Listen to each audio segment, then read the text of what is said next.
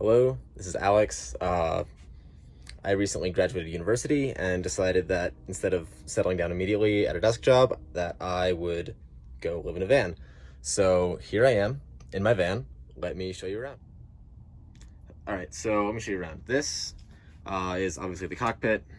This is a 2011 Mercedes Sprinter. It is a long one. It's a 170-inch wheelbase, so there's about 14 feet from my feet here at the start of the back all the way to the back doors. So you can see I've kind of got a kitchen counter set up, got some cabinets. All right, so I'll start this thing off at the front. So this is kind of my kitchen area. I bought this counter at IKEA, the sink on Amazon. I've got some dirty dishes that still need to be done. Anyways, I've got this bar right here, which comes off of my cabinets. That's so that when I'm driving around, everything doesn't kind of fly out and go everywhere. So under here, I store a Coleman stove and a water tank. The water tank is inside some foam board insulation. That way, when it gets really, really cold at night, it hopefully won't freeze. Also, there's a fire extinguisher in case I really screw something up. In here, I've got some paper towels, a giant Yeti, and then mostly just junk. All my toiletries, a first aid kit, another first aid kit all the way back there. In here, again, mostly junk, some propane, some tissues. There is another water tank identical to my main water tank that kind of holds my drainage from the sink.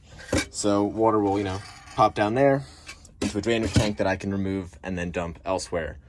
Up in these cabinets, I kind of store a lot of my food. So this one is mostly just nuts, beans, and a bit of fruit. Got some rice. I subsist pretty much on rice and beans. I call it a third world diet. It's pretty great. You should give it a shot. In here, I've got a bunch of oatmeal because I eat a lot of that.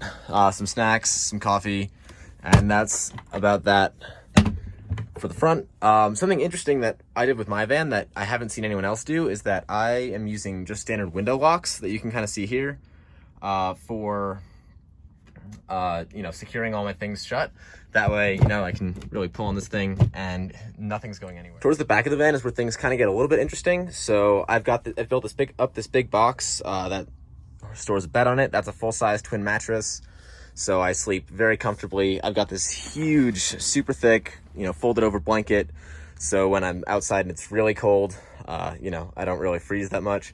Right underneath the bed, you can see right here, I've got a couple of drawers. Again, they've got window locks on them. So I can kind of store all my shirts and pants and clothing in there. Under the bed, I've got some miscellaneous storage. Got some bins that I can pull out from the back. A tool bag, and a bunch of other random crap that you kind of need, but is really, really boring. I've got some cabinets up here that I use to mostly store clothing. I've got some ski clothing in both of these, like helmets and hats and goggles and whatnot. This is something that I did where I actually hang all of my jackets and whatnot from a bar underneath here. This was a pain in the ass to get at Home Depot because no standard closet bar is strong enough to hold what I'm trying to hold. So that was a bit of an adventure to build. Anyways, that's where I hang all my stuff up. And then underneath here in this bench, let me move this real fast. Yeah, anyways, in this bench is where I keep all my electrical stuff.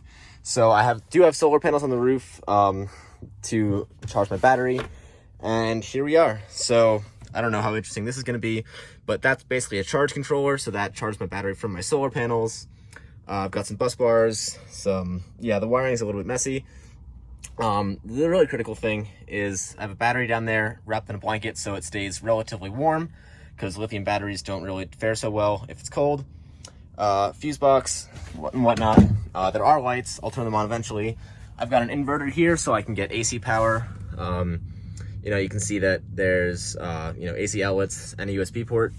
My light switch I have right inside the door. So I have lighting underneath my cabinets, in the front and in the back, all 3 different zones. The other switches do things that are not especially important, so they're not worth covering. Since I use this van mostly or at least for now, to ski out in Colorado, it's very important that I don't freeze at night.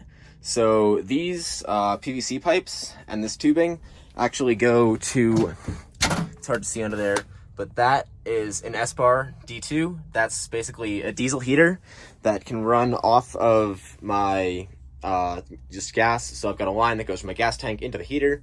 That'll run without the engine running, and I've got a thermostat up here, which you can see right now it's a nice 21 degrees Celsius inside, but you can set it to anything arbitrary really, and it will keep you semi-warm. That way I don't freeze at night, because freezing kind of sucks. Lastly, I have a fan on the roof. The edges of it obviously are untrimmed, but the general gist of this is that it allows me to pull air out of the van. So when I'm cooking, I cook on a propane stove when I cook.